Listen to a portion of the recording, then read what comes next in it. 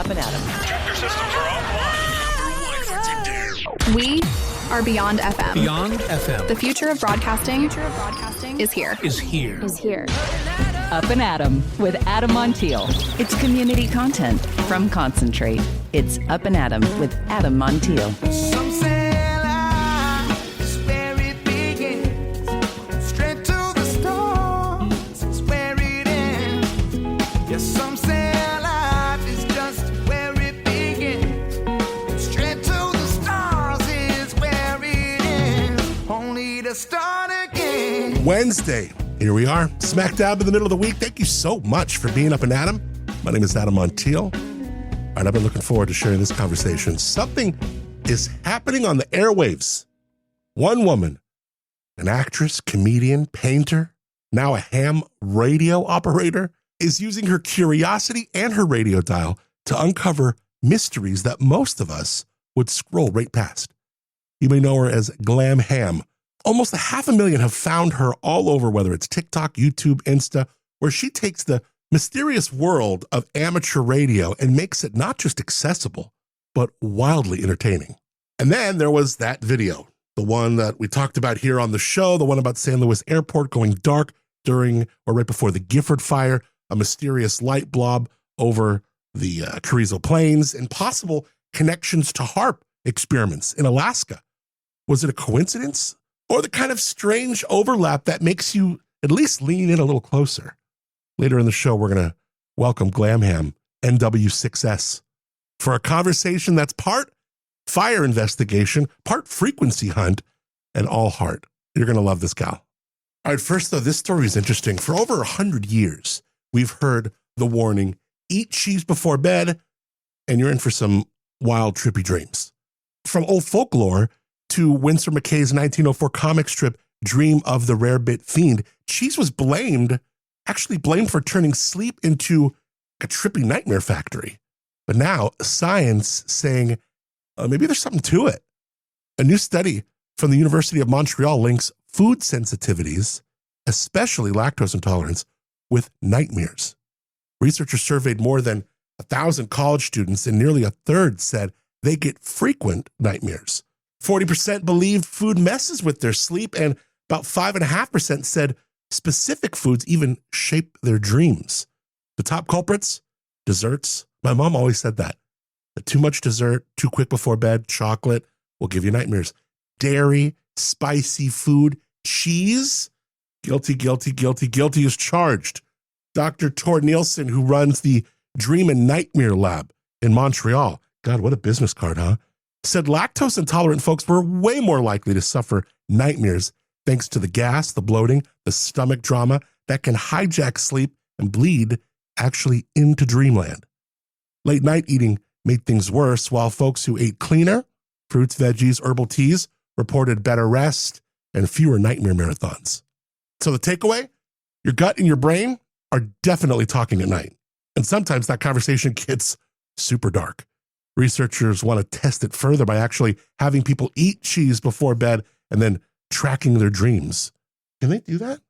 Until then, if we're crushing a quesadilla at midnight, don't be surprised if, Freddy Krueger or whoever shows up in your REM cycle. Because this article, this study, science, saying it might just be your stomach that's calling the shots. All right, I'm excited to get into my conversation with Glam Ham.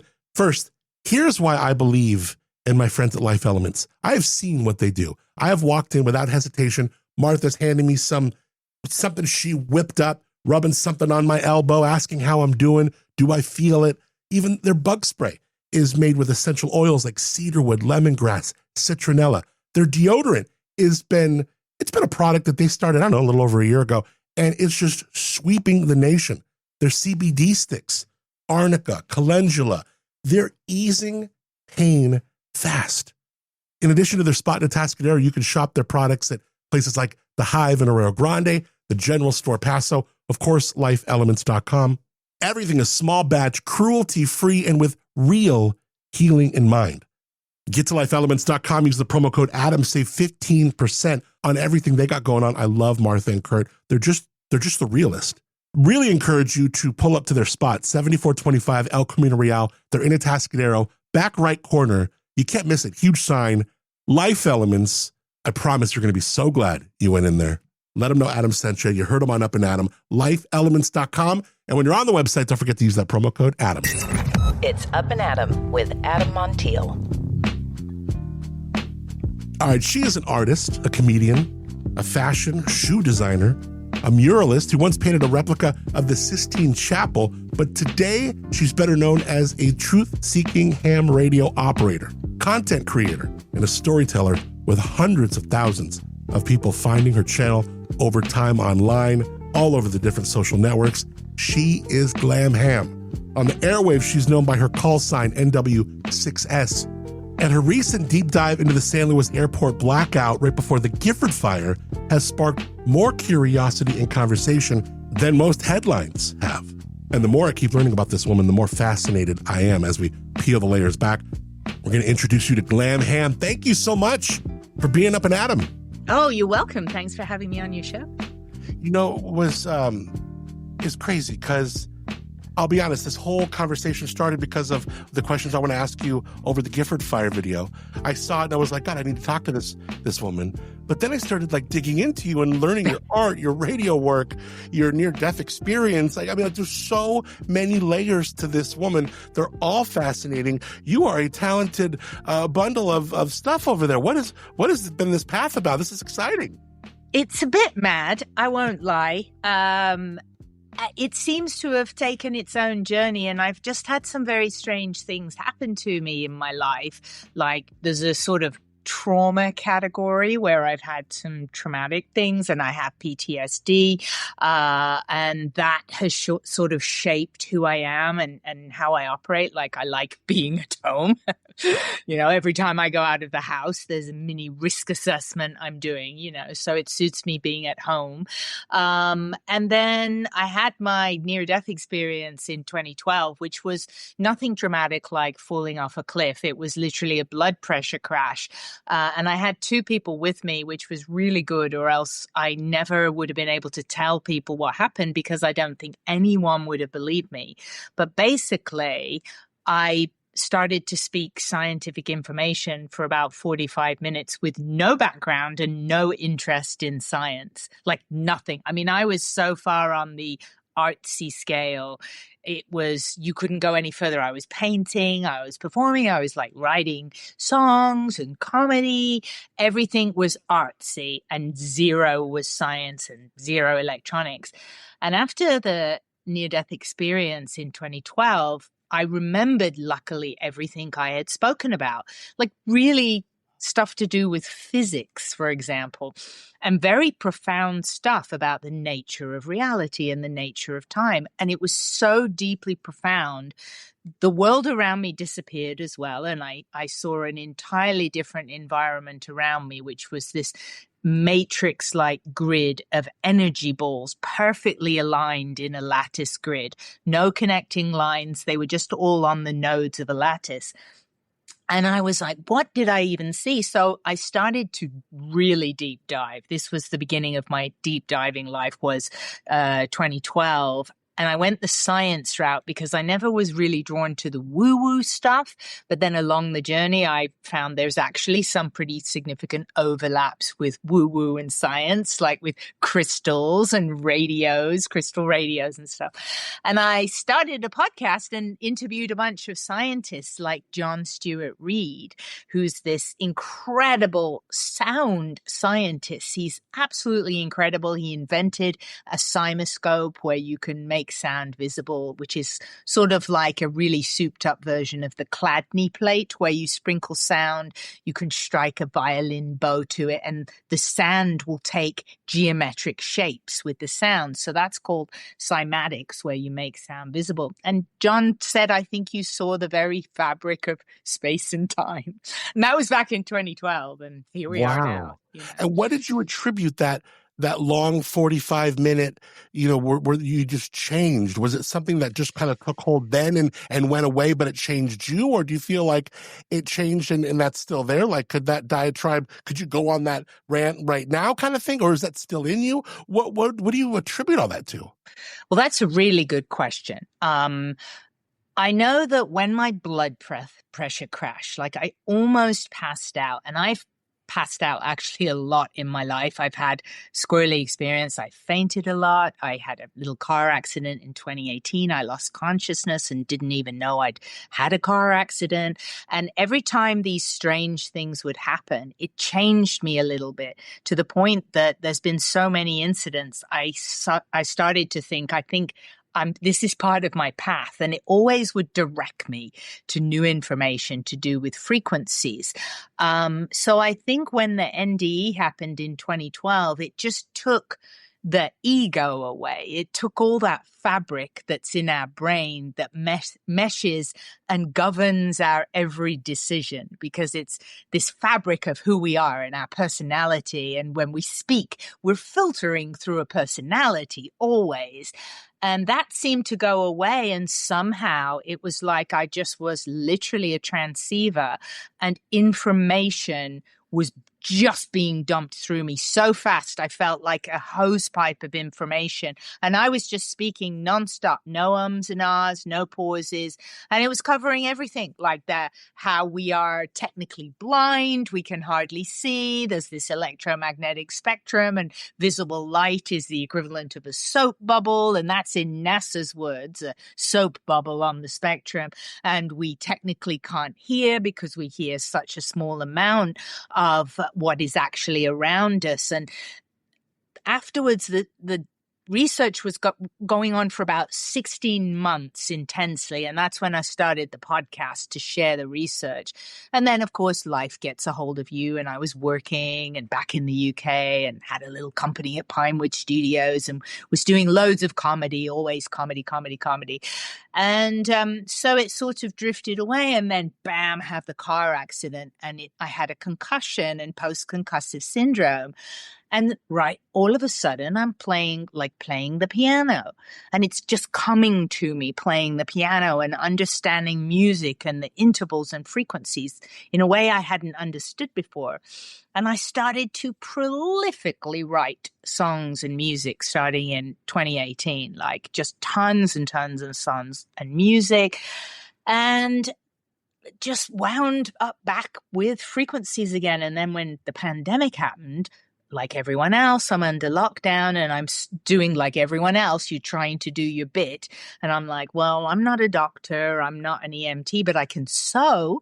So I was sewing nurses' bonnets and doctors' bonnets and masks for local hospitals. And while I was doing that, I did like enough for about 174 nurses and doctors. So I did quite a bit of it. And I was listening to this ham radio app called Hamsphere that was just like free to listen to. And I started to hear people talking from around the world on this app. Now, to clarify, when I say ham radio app, it's an emulator. So it's not real radio. It's emulating ham radio, but it's on your Wi-Fi. It's an app. But it's plucking into transmissions by real ham radio operators. And what I would hear was like somebody in Australia would be like, well, we're not allowed to go out of our driveway over here. My wife and I, we just go to the end of our driveway and say hello, and I better go now. She's doing the potatoes, and then somebody in India would be like, well, you take care, my friend. You take care. And I was like, wow, these strangers are awfully polite to each other.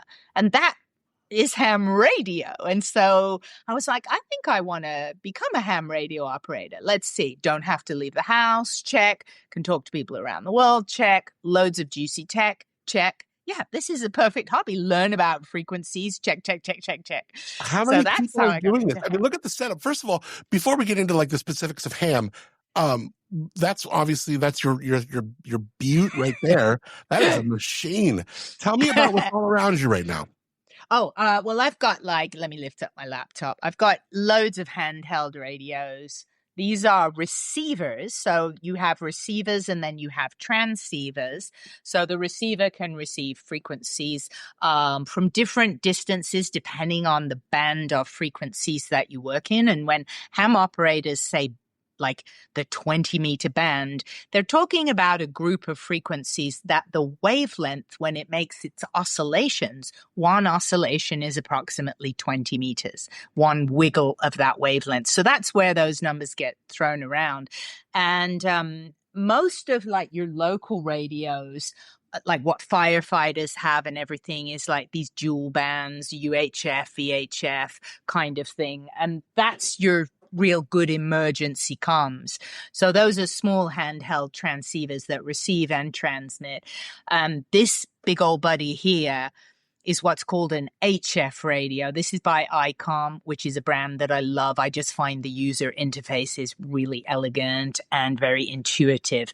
But this is it's an old radio, the 7300, but it works with different frequencies than the handhelds.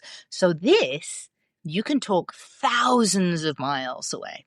Wow. I've spoken on very small watts even. I've spoken to Russia, Japan, Brazil, Cuba, Mexico, Canada. How many languages do you speak? And they speak English? I only speak English. And luckily, when people transmit on ham radio around the world, I mean, I hear them. And if they're talking in another language, I'm not going to jump in. Like, for example, I hear a lot of Spanish people from Mexico, Spanish-speaking people, I mean. But they have to know the phonetic alphabet in English, and you'll find a lot of international ham operators will know how to make a basic contact so they can say their call sign in English. So it might be heavily accented, but they'll say like the Alpha Bravo and everything. How many people are really doing this? Well, not many women, I can tell you that. So, as usual, I'm a bit of a misfit there as well. But there's over 700,000 ham radio operators in the United States alone. And for sure, the majority are men, but there are women ham radio operators. They're just far less in demographics than the men are. But it is an awesome hobby. I mean, people say to me, oh gosh, have you learned so much? And it's all from ham radio. I mean, literally, I knew nothing about ham radio and electronics. And you just kind of take your license. There is a license required. And for any listeners who are like, I'm not getting a license, the air should be free, which I hear a lot. The reason is, you literally will have, like in your neck of the woods, the firefighters using radios. And if you step on their frequency, you're risking their life. So that's not funny. I take it very seriously and tell people it's not cool to think you don't need a license. That's like saying I'm going to drive my car on the sidewalk because the land is free. Well, you're going to hurt people on the sidewalk. And radio is just the same. You can interfere with aircraft, with people's pacemakers, garage doors, people's electronics and television, but most importantly, EMTs, ambulance drivers, medical equipment, like everything has a frequency, including everything in your body and every cell in your body. So the reason ham radio requires a license is you can use a lot of power, potentially, like enough that you could electrocute yourself or someone. So they really just want you to know you're going to be safe for yourself and for other people. It's so interesting because then this hobby becomes, you're huge on TikTok, Instagram, YouTube. I mean, 100,000 plus people are checking out your videos and what you're doing. How did that bridge? How did that connect? Well, it came pretty unexpectedly, to be honest with you. And I did have way more followers. And unfortunately, like just on TikTok, I had 300,000 followers. And I was banned in November 10th, 2024, which was horrible. And I had produced 700 videos.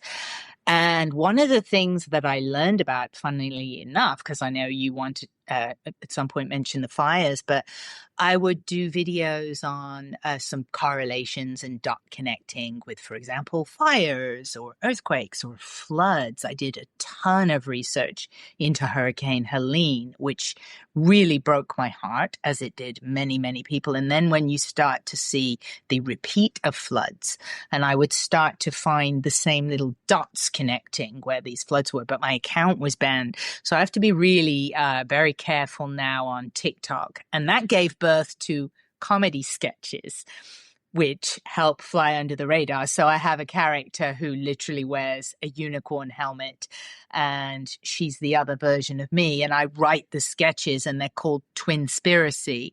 So she's the one who gets to say what I used to be able to say. That's brilliant. Brilliant. Wow. So I can't believe that just got ripped, that rug just got taken right out from underneath you. Oh, it was horrible. I know. The worst was that they gave me no warning. I wasn't even able to download my 700 videos, and I had put so much work because, I had made hundreds of them during the pandemic when I was at home. Like every night I'd be making a couple of videos, and I'd made all these ham radio tutorials. I must have had like 100 tutorials, and poof. So now I've spread on multiple platforms so that I don't have all my eggs in one basket. But my main platforms are TikTok and YouTube. So now, Glam, it has been so much fun to learn about you, from the stories, the radio, the frequencies, all of it. And it's not like I don't even know where you put all the time for all these paths in your life, but you are a legit shoe designer too. I am. It's my sneaky other life as a shoe designer.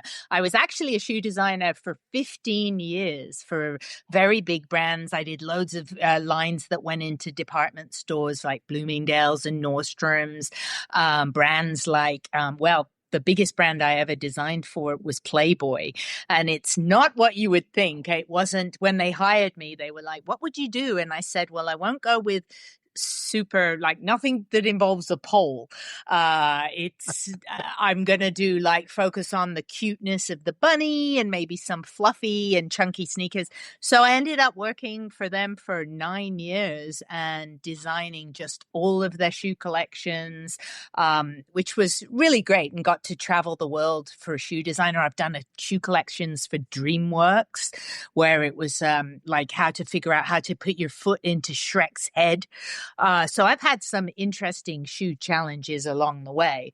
And the newest thing, of course, is I've just launched my own line of shoes, which is Glam Ham Radio. And these came very organically. A company reached out and they were like, hey, would you like to design shoes? We love your channel.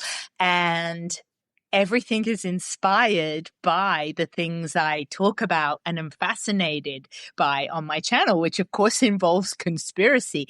So the most amazing thing is these are handcrafted in Italy. It's the first time ever in my 15 years as a shoe designer I got to design shoes that are made in Italy. It's a whole other situation than, not to knock made in China, but this is a different ball game. These are all high quality components, everything from the rubber to the soft leather, soft suedes.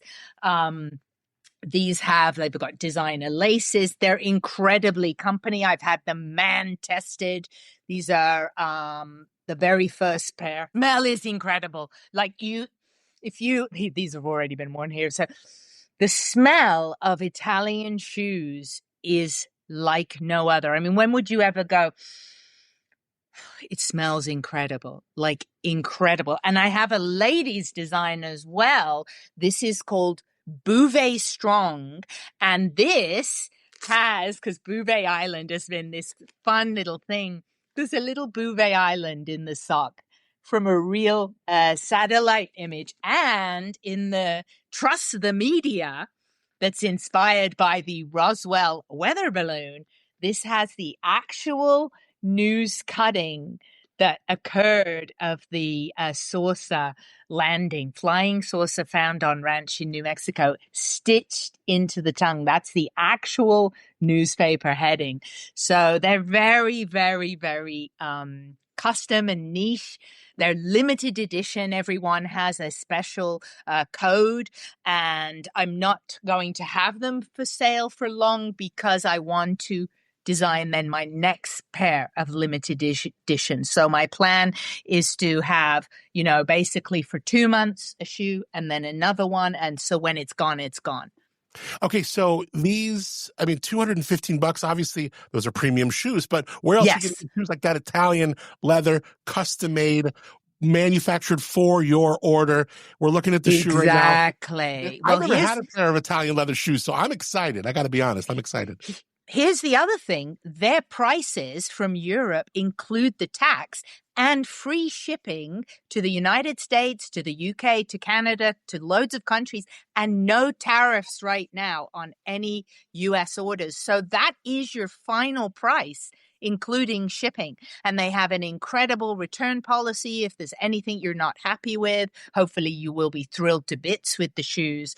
But I didn't even put them on available until I had received the prototypes, because it was really important to me and my reputation that these be really excellent quality, and they are. So I've fit tested these and I've walked a couple miles, fantastically comfortable.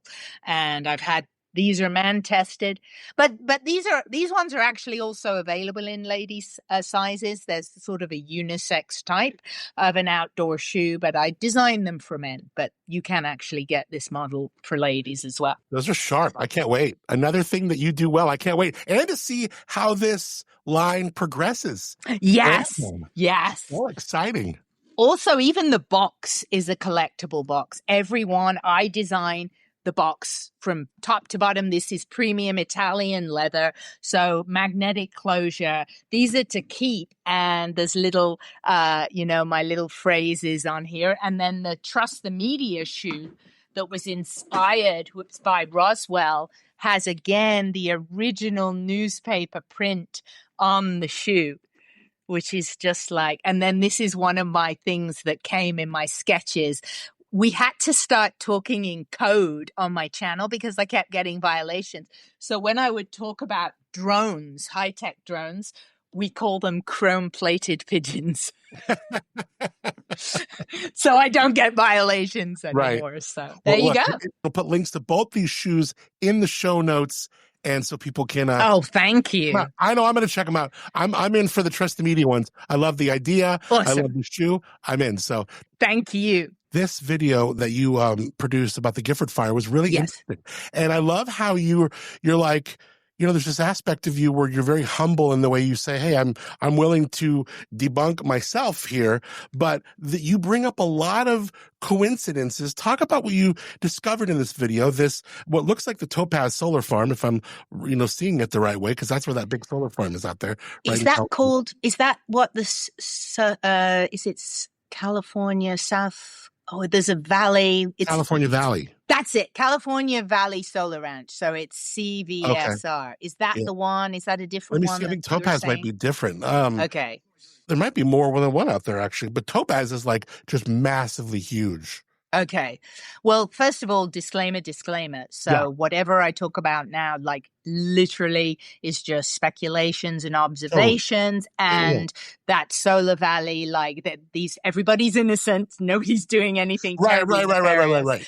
But what I noticed was, first of all, the fire broke out on August the 1st. And I love looking at satellite images and clouds. It's one of the things with having PTSD, and I relate and just have so much respect for all of our first responders and all of the people like military and firefighters, many of whom have PTSD and have come into my lives when I was going live on TikTok, and we would really talk openly about how an invisible thing like PTSD can really confine your life and cause a lot of little hiccups in your life. And what I would find is when I'd look at the satellite images, it's incredibly relaxing because especially, I mean, like even Google Earth, like zoom out of Google Earth and it's just like this, there we are floating through space, you know.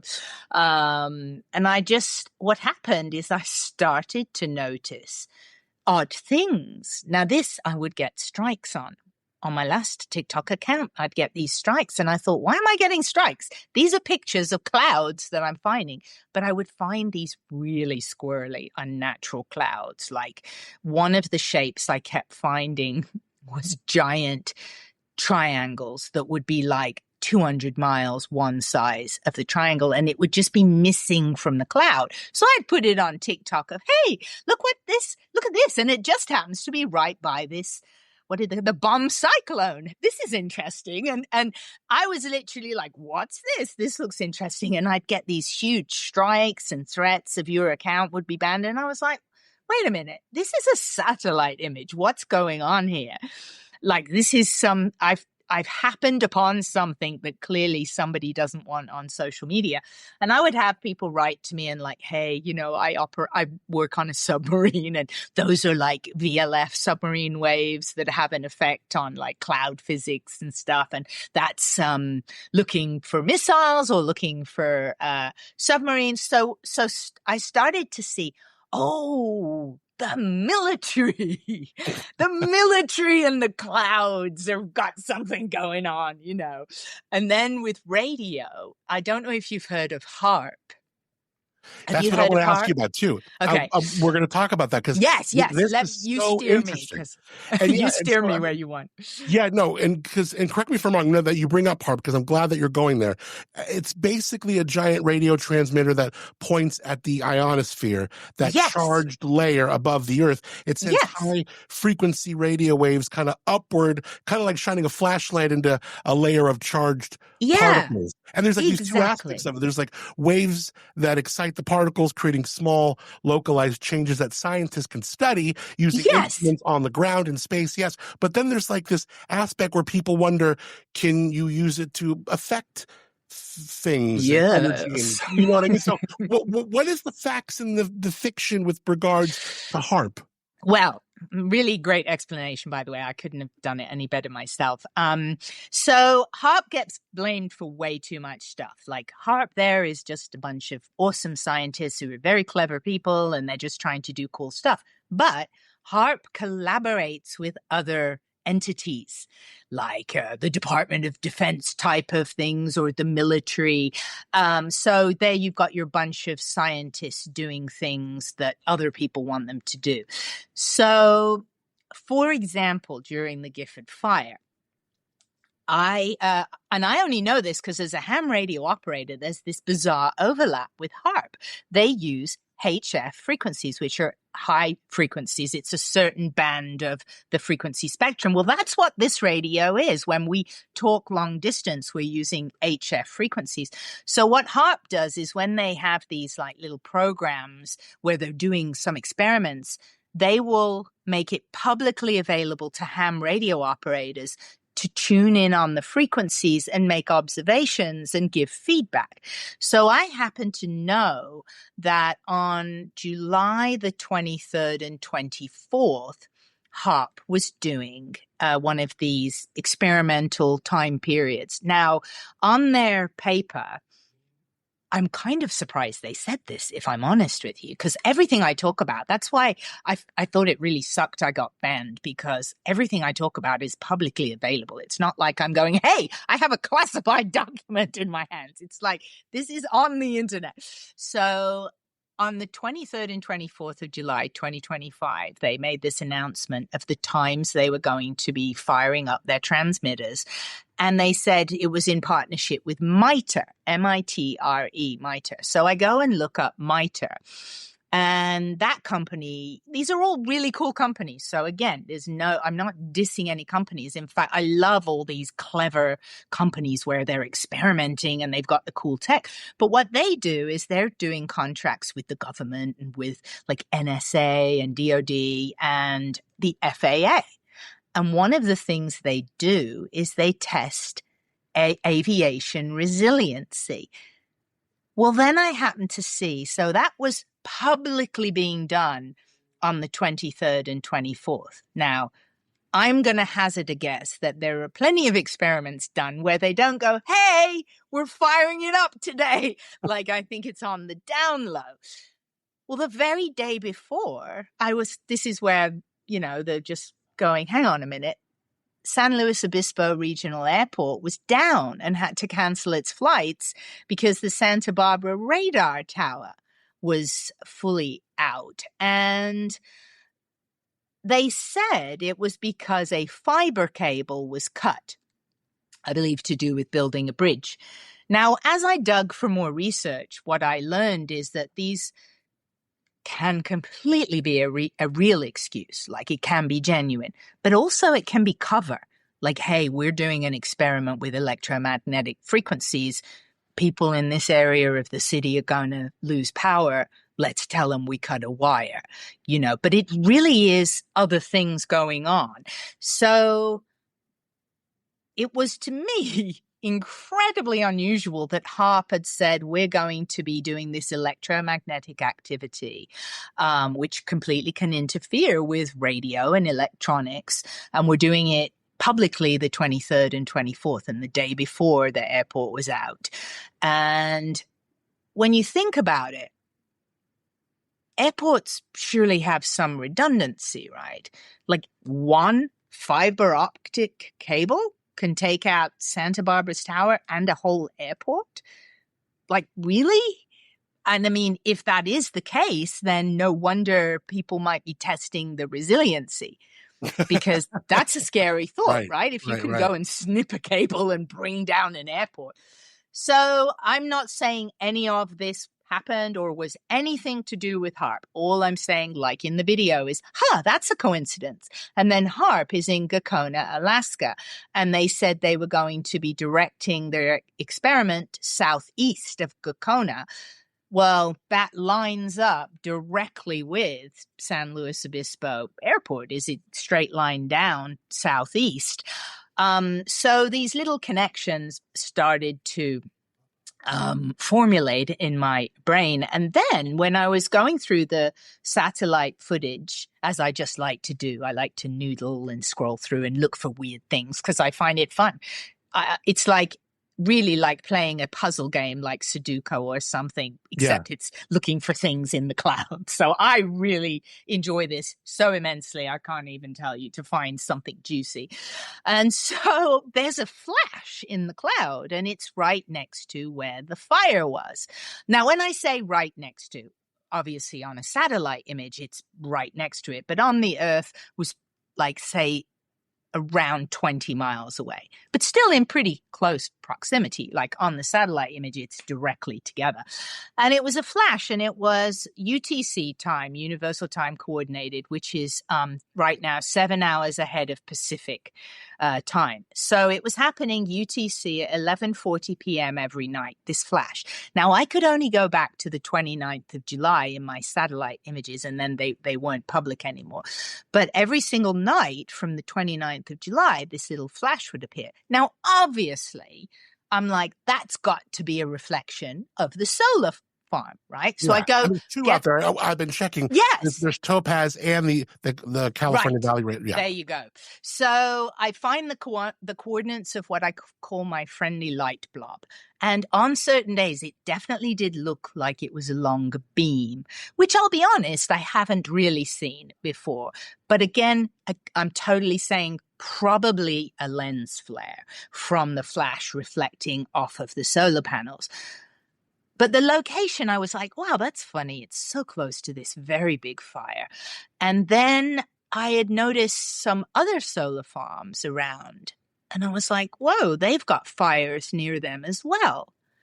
And then I start, and I haven't even put this in the video because, again, I didn't want to get banned off TikTok again. But I'll tell you that it turns out there is a correlation with solar farms and fires. And it involves a number of aspects, for example, faulty installation to do with the electrical aspect of a solar farm and the inverters. And there's a lot of definite instances of this. And even in Australia, they shut down 5 solar farms because of a fire hazard. And this is very low on the public disclosure. Like, this is definitely a let's sweep this under the mat because we want to keep cranking out the solar. But there is an issue. Well, logic, I'm not some physicist or anything. I just go with sort of, well, what makes sense to me? These fires that keep popping up by solar, I thought to myself, could the solar farm be heating the air just a little bit, that it becomes dry enough that that relative humidity goes down and makes the surrounding vegetation a little bit extra primed for fire and ignition?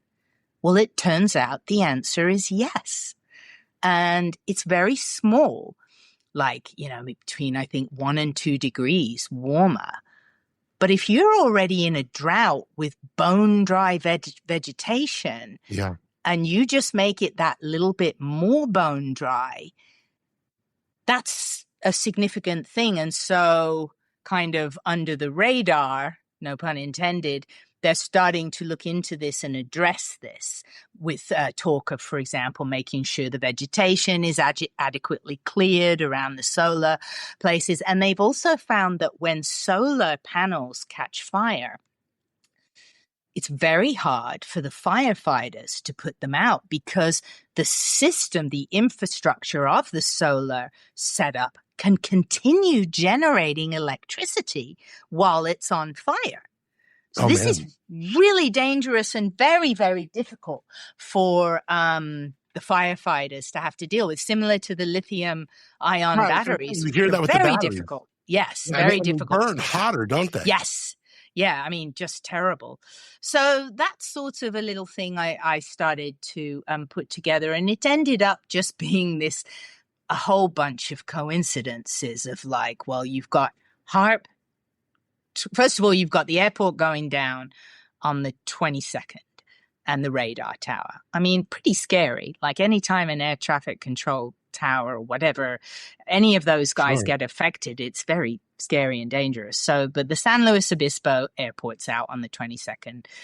HARP's publicly doing their cool stuff on the 23rd and 24th with a company that gets hired by the FAA to test infrastructure to do with aviation.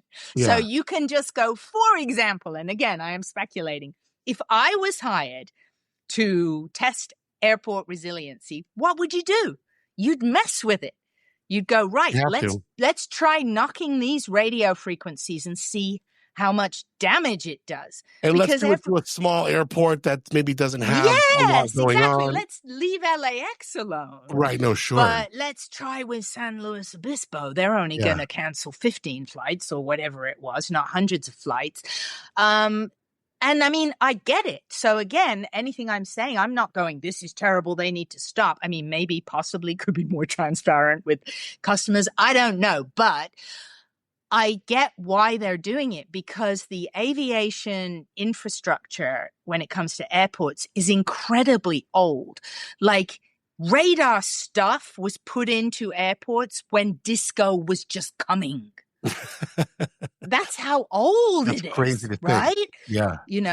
So they're in a little bit of predicament because along the way, somebody didn't keep up with technology, basically. So now it's quite behind and they have to play catch up, and president's kind of on it and clearly is like, right, we're going to whip this into shape pretty quick. And so have you noticed how many glitchy stuff you're seeing in the aviation industry lately? It's been crazy. The last probably couple of years, not even from both administrations. You're just seeing the FAA and like things are almost colliding and it's like, what's going on? Well, we've gone through a horrible period of the things almost colliding, all of which was avoidable and extremely horrible. And then now there's these glitchy things, software things, like you had one of the airlines go down like a week or two ago, and it was because the software that governs the weight balancing in the aircraft. And I'm like, oh, interesting. Because when it's software, I'm not saying it is But if you're hired to whip the United States' aviation infrastructure into shape, what is the first thing you have to do? Like if you go to a house and someone says, my plumbing's kind of knocking, you got to bang on some pipes and you got to knock open some drywall, right? Yeah. And you got to put your bubbly stuff on the pipes and check where it's leaking. You've got to find the leaks. And how do you find the leaks? You have to run the water to find the leaks. So in order to find any little vulnerabilities in aviation infrastructure right now, they're having to do, my opinion, a ton of testing and prodding, a ton. Wow. Yeah. Talk about the link between the coincidences between obviously the airport, the HAARP tests and research going on versus how it might have to do with the fire and those flares that you saw at that exact time. Well, the flare that I saw, that let's just call it a reflection so people don't get like mad or anything. So what is most likely a reflection of that solar farm that was happening at the exact same time every single night? When I looked up the hours that HAARP was doing their test, was during those hours. It was the window that overlapped the 2340 UTC, which, 1140 UTC. Now, obviously, I saw the light beam on other days as well, but I would be shocked if HAARP publicizes every single thing they're doing. And here's the thing. This is why I think HAARP gets blamed for way too many stuff. Most people don't realize America's not the only one with a HAARP. So other countries have this and they call it something else. Like Russia has SURA, S-U-R-A, and then there's ISCAT, which is E-I-S-C-A-T. Other countries have this. I think Russia has had theirs from longer than the United States. I mean, we're going back to like the 80s. This isn't new technology.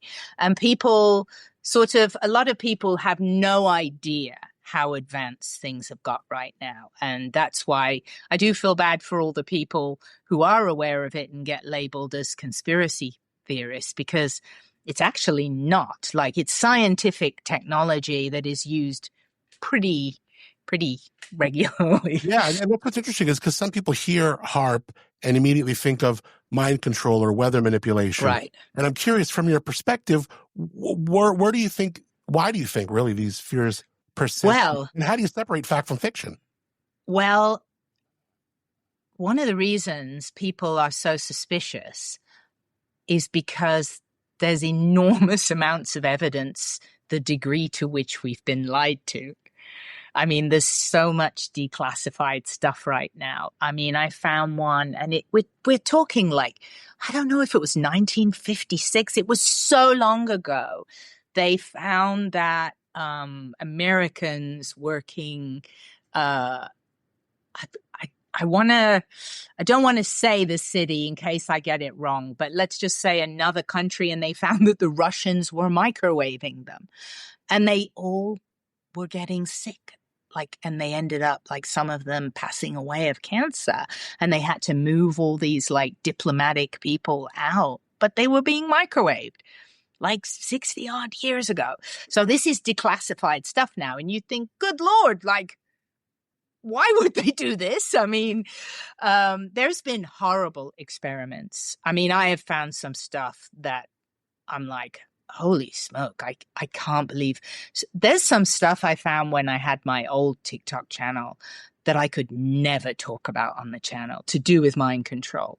That is so terrifying. I was like, I just can't believe anybody ever declassified any of this stuff. This is horrible. Is it like MK Ultra stuff? Or? Well, that stuff for sure was a real thing. And you know what's quite funny? I found those documents out.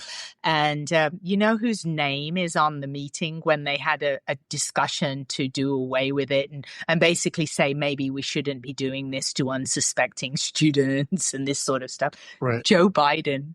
Is that right?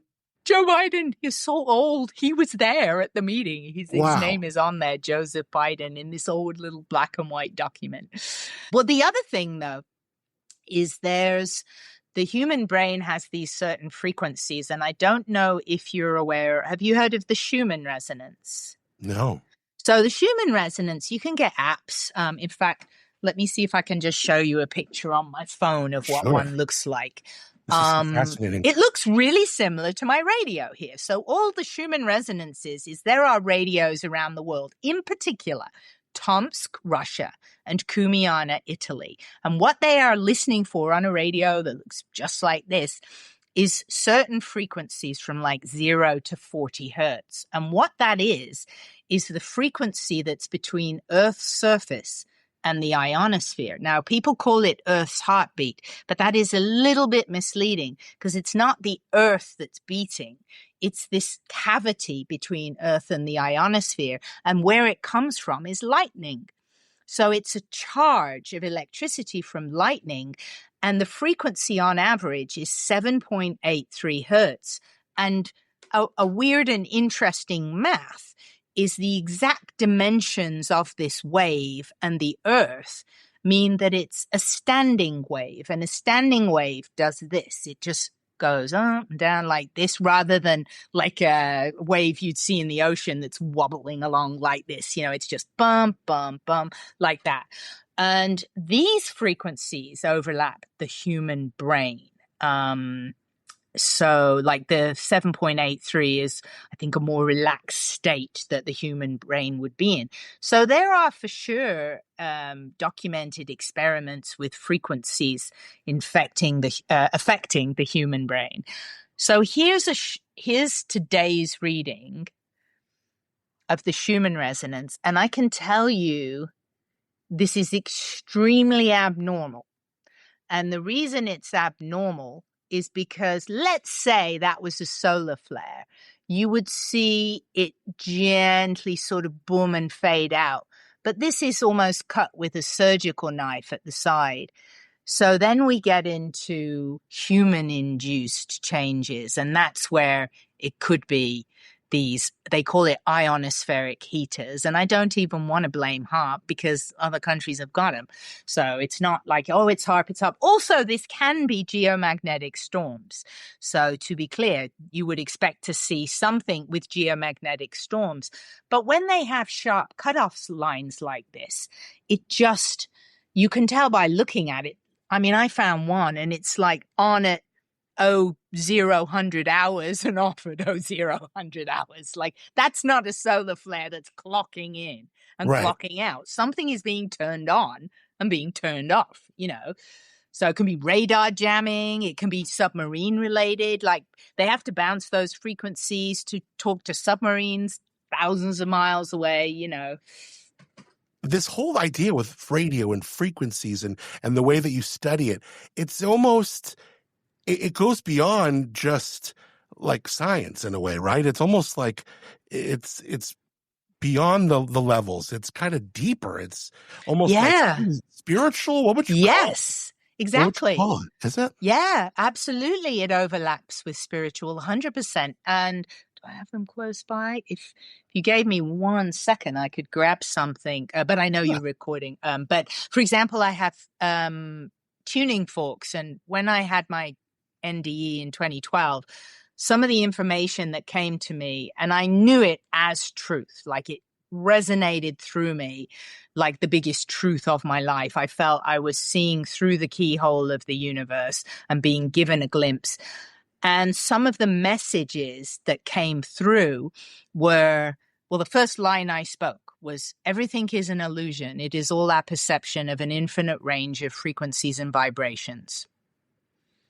To me, for that to come out of my mouth when I was Miss Painter and stand-up comedy, I wouldn't have even understood what I was saying, but I knew I had to find out. And then I found out that that statement is true.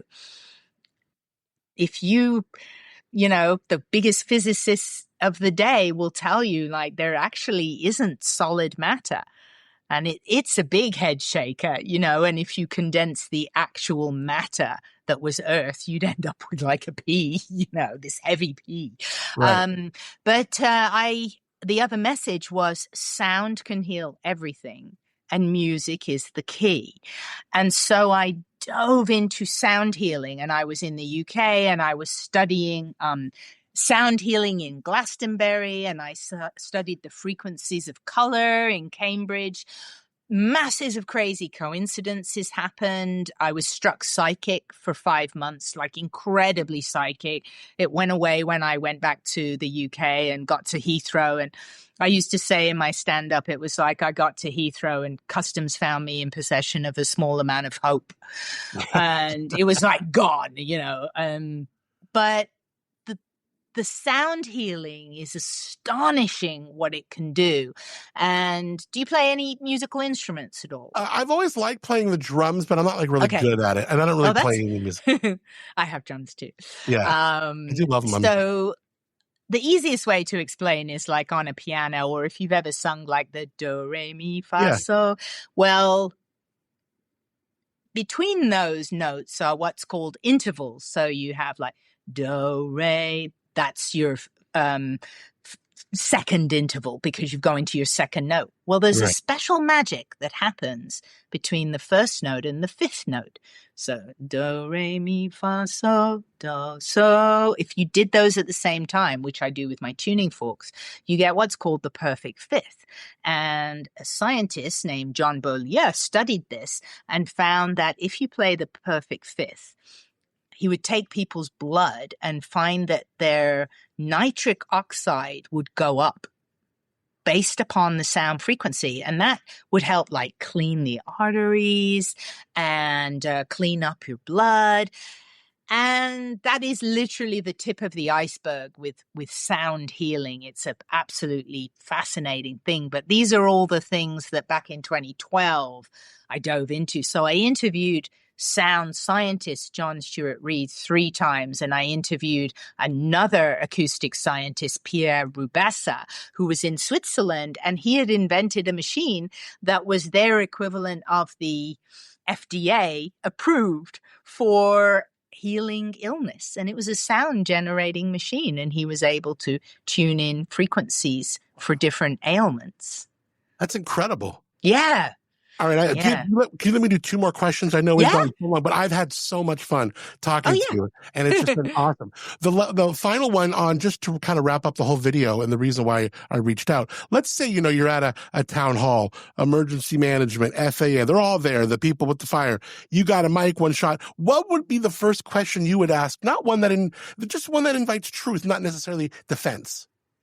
I truthfully don't know if it'd be a question. I think I might want to say, get your pencil. I'm going to tell you some stuff. Right. So I had a bunch of people write to me after your Gifford Fire, and they said that it was very common that these fires are starting with chains and sparks. Now, my first thing is they make straps that don't cause sparks. Like, hello, governor, make a regulation in California where you have to have these non-sparking straps. I mean, people were literally writing going, we've been told it's chains for as long as we can remember with these fires. And it was like, and no one's done anything about that, but you can get alternate things to strap to your trailers and stuff. I mean, and let the government buy them.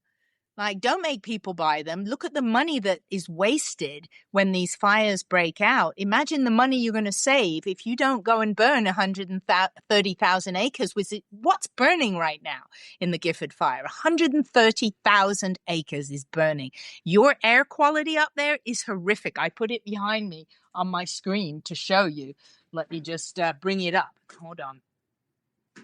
This is your air quality. Do you see that there? Yeah. So, I mean, that's like lock yourself indoors and shut the windows and fire up the air thing. So I would say that. And then I would say, why aren't you planting more things that don't catch on fire? Like just start to change out the vegetation. I mean, along the roadsides, don't have flammable grasses. Start to put succulents in. And I know these sound simple, like we can just do thousands of miles of highway, but like start. And then in 5 years, they'll have taken root and you might not be sparking with a guy who has a flat tire, which is what I believe the current theory is. Yeah. You know, and clear the forests of the debris. Well, yeah, that's been a huge issue, especially in Yes. California. Yes. Now, Glam, your content is technical, it's spiritual, it's theatrical, but it's always human. But behind it all, it's just you, which is really exciting. And I've loved getting to know you through this. But when you turn everything off, the radios, the screens, all the voices, what's the frequency that you're still tuned into and listening to? I love that question. I think it's excitement. If you can find the things in your life that make you feel a bit like a kid and be excited, whether that is literally like that you go and plant some seeds in your garden, or you're sewing or making something, or you're building something, or you're fixing your car because you're going to make it sound more smooth, whatever gives you that lift in your heart, that is your compass in life. And when I had my NDE, I kept getting these downloads every night between 3 and 4 a.m. that were a little bit annoying because I'd wake up and I'd have to write them down. They wouldn't go away unless I wrote them down. So it was like I was just the receiver, writing the notes. But one of them, I just said one day, if you're going to give me an answer, what is it all for? What are we supposed to be doing here? Like, how are we supposed to be living our life? And the answer was extremely clear. It was that far less attention is given to the heart than the brain, yet it is the heart that should be guiding our life. Your heart is your true compass. So the more you are aware of your heart's up and downs, your excitements or your disappointment, like what makes you go, oh God, I have to do that again. That might be a sign you need some change in your life. What do you go, oh my gosh, I can't believe I'm getting to do this. That's a direction you want to try and open up in your life, and if you ever have, I know I'm adding on a bit here, but there's something I always said to people, and I know they appreciated it, so your listeners might appreciate.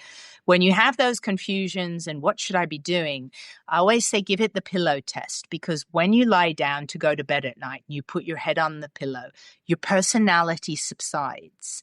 You're only answering to you. There's no personality. There's just you and how you feel. And imagine the two things you're trying to decide, like, should I move to Vegas or should I move to this place? And just listen to your body and your heart for that up or the down. And that's the pillow test. And the more you tune into that, it will guide you in your life. And I frankly don't know why we're not taught this in school, because that was given to me, and I've realized that there's so much truth to that, the heart intelligence, Yeah. I sometimes call it like your EQ, right? Your emotional intelligence. I kind of look at it like that too. You have been so much fun to meet, and I feel like I made a new friend here, certainly a dedicated follower, and maybe sometime we could chat again. I think it'd be really fun. Oh, I'd love that, Adam. Thank you so much. I've had a blast, and you've been great, and I can tell you did your research, telling me about the ionosphere is very impressive.